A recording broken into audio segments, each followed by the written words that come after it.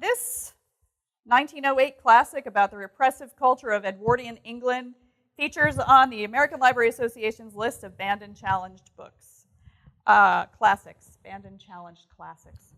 So Laurel Hayward is reading from A Room with a View by E.M. Forster. This successful morning left no pleasant impressions on Lucy. She had been a little frightened, both by Miss Lavish and by Mr. Eager, she knew not why, and as they frightened her, she had, strangely enough, ceased to respect them. She doubted that Miss Lavish was a great artist.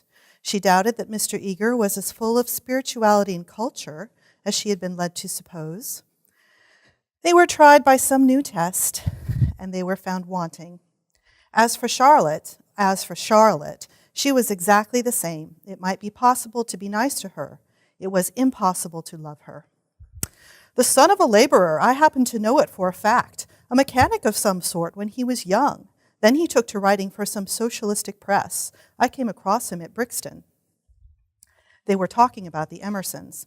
How wonderfully people rise in these days, sighed Miss Bartlett, fingering a model of the Leaning Tower of Pisa.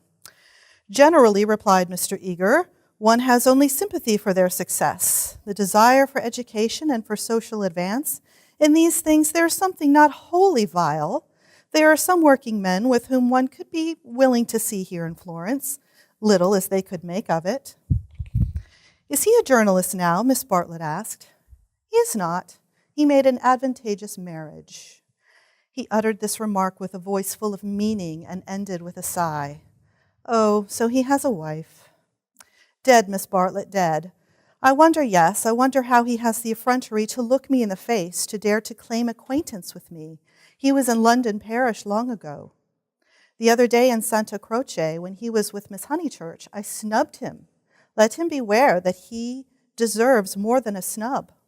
What? Cried Lucy, flushing.